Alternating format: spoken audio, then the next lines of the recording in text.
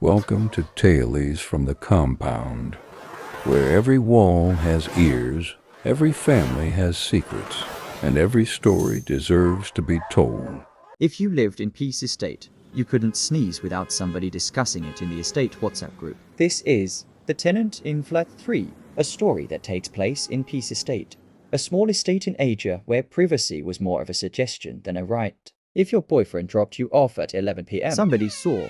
If your food delivery arrived before you got home, somebody collected it for you. If you fought with your spouse, the entire estate would somehow know before breakfast. Peace Estate wasn't a bad place. It was just the kind of place where everybody minded everybody's business. There was Mama Boss, who owned a supermarket by the gate. Between selling bread, peak milk, and Indomie, she somehow managed to know the movements of every resident in the estate. There was Brother Lanra, the caretaker, a deeply religious man who took his job very seriously. If a bulb spoiled, he knew. If a pipe burst, he knew. If a new tenant moved in, he was usually the first person to welcome them. Then there was Baba Sewell, head of security, a man who had worked in Peace Estate for so long that some people joked that he knew more about the estate than the owner himself.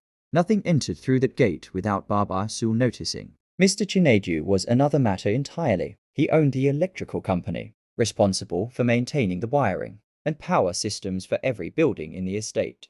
He was also Mr. Emeka's closest friend. Nobody could say exactly what was wrong with Mr. Chinedu, only that something about him always felt off.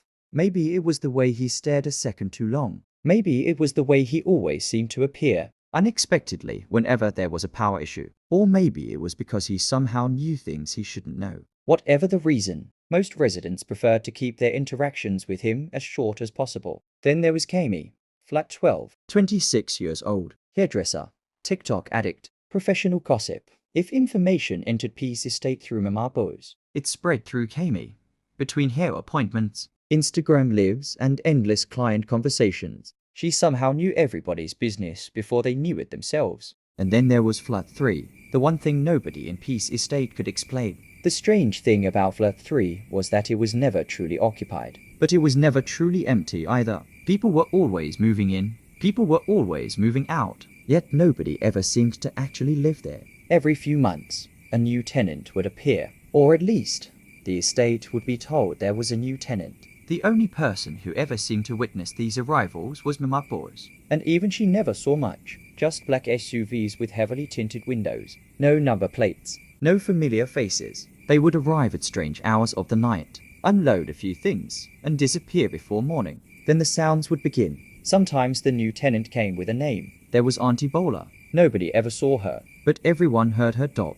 Day and night, the animal barked from inside Flat 3, and every week, dispatch riders delivered plain white packages to her door. Then one day, the barking stopped, the delivery stopped, and Auntie Bola was gone. Then there was Auntie Tedda. Nobody saw her either, but for 3 months straight, Fayot blasted from Flat 3 from morning till night. Every few days, cartons of wine and alcohol arrived at her doorstep. Then suddenly, the music stopped, the delivery stopped, and Auntie Tedda was gone too. After her came Auntie Daisy, the closest thing Peace Estate ever had to a real Flat 3 tenant. Nobody saw Daisy herself, but her young house help was everywhere, running errands, buying groceries, delivering cakes and pastries to neighbors on Daisy's behalf. People talked about Daisy so often that it almost felt like they knew her. Then one morning, the house help disappeared, and so did Daisy. After that, people stopped asking questions, because sometimes Flat 3 didn't even come with a tenant. Just sounds, arguments,